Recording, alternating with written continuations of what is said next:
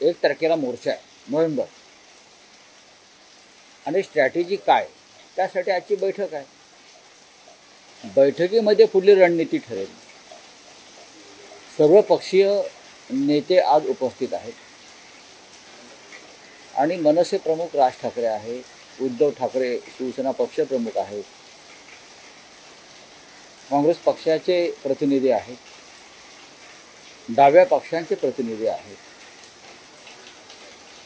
राष्ट्रवादी काँग्रेसतर्फे शशिकांत शिंदे आहेत त्यांचे प्रदेशाध्यक्ष. आणि आजच्या बैठकीमध्ये मोर्चाचं नियोजन आणि मोर्चानंतर पुढे काय हा जो एक महत्त्वाचा विषय आहे त्याच्यावर चर्चा होईल.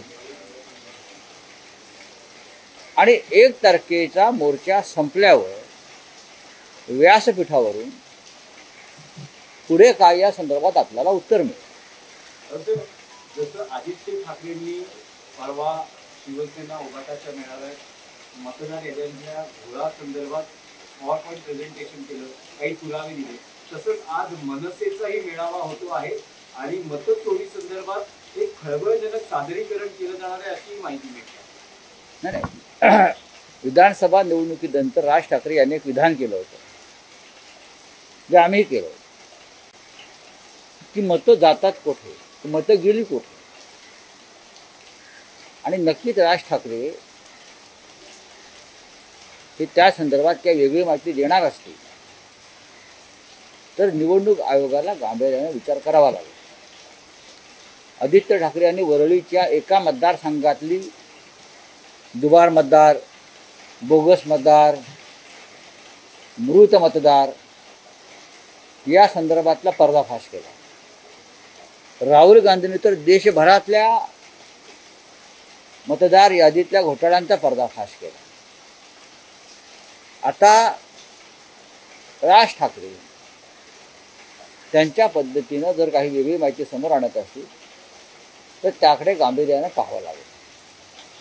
आणखी एक विषय होता की जे आंदोलन सुरू आहे शेतकरी कर्जमाफी आणि अनेक मुद्द्यांसंदर्भात बच्चूकडूंचं, मुख्यमंत्र्यांनी चर्चेची तयारी दर्शवली. आज मुंबईत बच्चूकडूंची चर्चा होणार आहे आणि त्यानंतर आंदोलनाची पुढची दिशा बच्चूकडून जाहीर करतील. दरम्यान जरांगे पाटलांनी आंदोलनाला पाठिंबा दिलाय, ते स्वतः नागपुरात आहेत.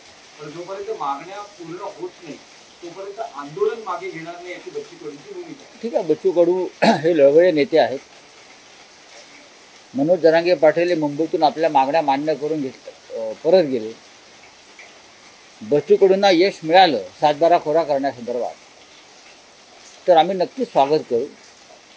कारण 7-12 कोरा ही संकल्पना आणि संज्ञा शिवसेनेची, उद्धव ठाकरे साहेबांची, की 7-12 कोरा झालाच पाहिजे यासाठी आम्ही सातत्यानं संघर्ष करतोय.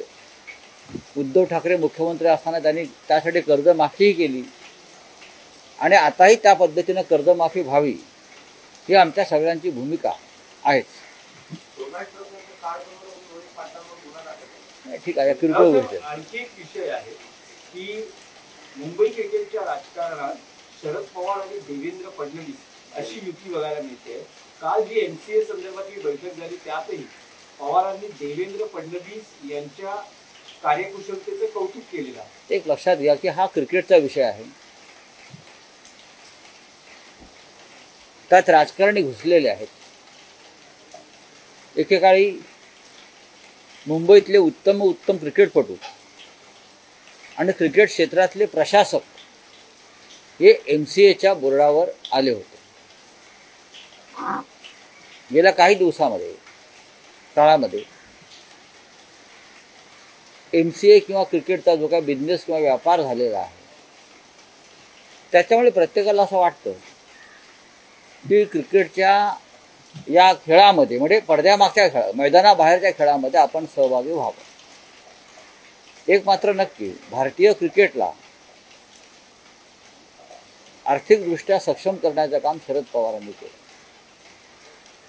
त्यानंतर अनेकांचे डोळे त्या MCAकडे वळले. IPL असेल, इतर काही गोष्टी असतील. भारतीय जनता पक्षाचा आणि MCAचा कधी फार संबंध आला नव्हता. तो गेल्या 3-4 वर्षापासून यायला लागला. प्रत्येकाला मुंबई क्रिकेट बोर्डावर जायचं आहे. ते गेल्यामुळे क्रिकेटचं काय कल्याण होणार आहे मला माहीत नाही. प्रत्येकाला जा, प्रत्येक पक्षाला वाटतं आहे की मुंबई क्रिकेट असोसिएशन म्हणजे ऑल पार्टी बोर्ड आहे. आमच्या पक्षाच्या घ्या, त्यांच्या पक्षाच्या घ्या, मग आमचे 2 घ्या. त्या बोर्डावर all party delegation. Shivsena unity. हो, 100%. मी आज पक्षाचा संबंध तसा डायरेक्ट मानत नाही, पण प्रत्येकाला वाटतं की मी तिथे पाहिजे. चला, थँक्यू.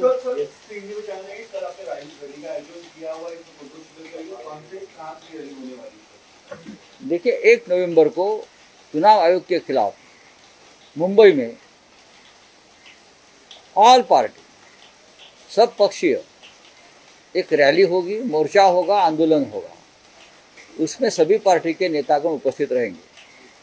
शरद पवार साहब रहेंगे, उद्धव ठाकरे जी रहेंगे, राज ठाकरे जी रहेंगे, एनसीपी के शशिकांत शिंदे जी रहेंगे, लेफ्ट पार्टी के सभी नेतागण रहेंगे और हम दिल्ली को दिखाएंगे कि आपने जो घोटाला किया है वो महाराष्ट्र में हम होने नहीं देंगे.